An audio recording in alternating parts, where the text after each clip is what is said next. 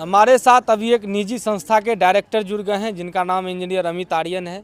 आइए इनसे जानते हैं। जिस तरह से कुछ दिन पहले जो है बाबा साहब को लेकर कुछ टिप्पणी वगैरह हुआ था, उसी क्रम में इनका भी कुछ राय था कि हम अपने से कुछ इस पर मंतव्य दें, लेकिन हम लोग थोड़ा लेट आए हैं, लेकिन उन्हीं पर बात करेंगे।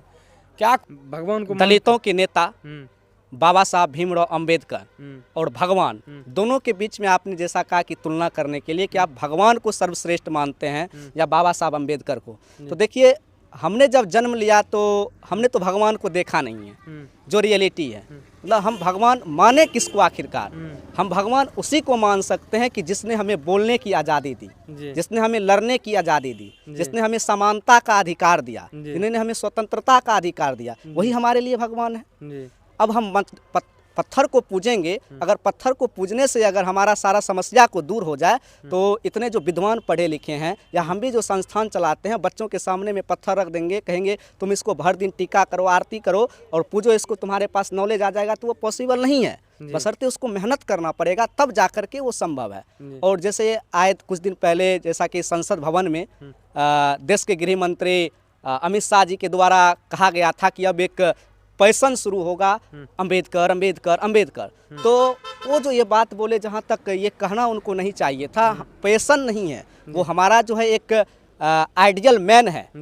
मतलब जब तक संविधान नहीं था तब तक दलितों, मतलब नीचे असहाय वर्गों को कुचल दिया जाता था। मतलब क्या कहते हैं, जो फॉरवर्ड समुदाय के जो आदमी होते थे उनको देखना नहीं चाहते थे। मैं भी मतलब एससी समुदाय से बिलोंग करता हूं, अभी भी हम लोग के साथ भी इस तरीका से होता है। मतलब संविधान होने के बावजूद भी हम लोग को मतलब जो है अभी भी हीन दृष्टि से देखा जाता है। कुछ मामलों में हम लोगों के साथ भी इस तरीका से हुआ है। कुछ पदाधिकारी ऐसे हैं जो हम लोग को चाहते हैं नीचे करना। मतलब अभी भी गाँव में जो हम लोग इतना जो कर रहे हैं, तो कोई कोई अभी भी तुच्छ नज़र से देखता है, कहता देखो एससी का बेटा चल दिया, बाइक पे चढ़ के चल दिया, मतलब अनेकों तरह की बयान देते हैं, तो हम लोग उनको मतलब इग्नोर करके चलते हैं। हम लोग एक ही चीज़ में मतलब रखते हैं कि हमारे पास कानून है, जो बाबा साहब भीमराव अंबेडकर जो संविधान निर्माता है और जो अधिकार हम लोग को दिए हैं, वो उस पे हम लोग चलेंगे। और कहीं न कहीं भगवान में आस्था है, प्रेम है, भगवान को मानते हैं, लेकिन जो अभी संविधान के द्वारा जो अधिकार दिया है, कहीं ना कहीं उसको आप ऊपर उनसे मानते हैं। हाँ, उनसे मानते हैं। देखिए भगवान, ऐसा हम नहीं कहेंगे कि भगवान नहीं है, लेकिन एक लिमिट होता है।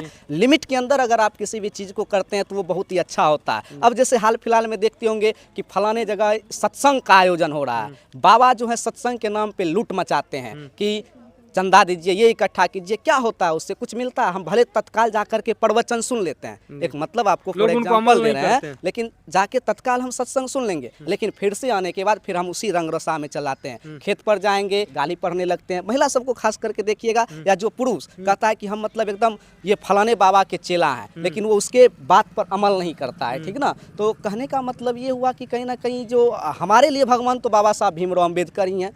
पहला हम उसी को प्रथम भगवान मानते हैं वैसे, लेकिन भगवान है ऐसा हम नहीं करें कि भगवान से आस्था नहीं है, लेकिन आस्था उतना ही रखना है जितना पॉसिबल है जी।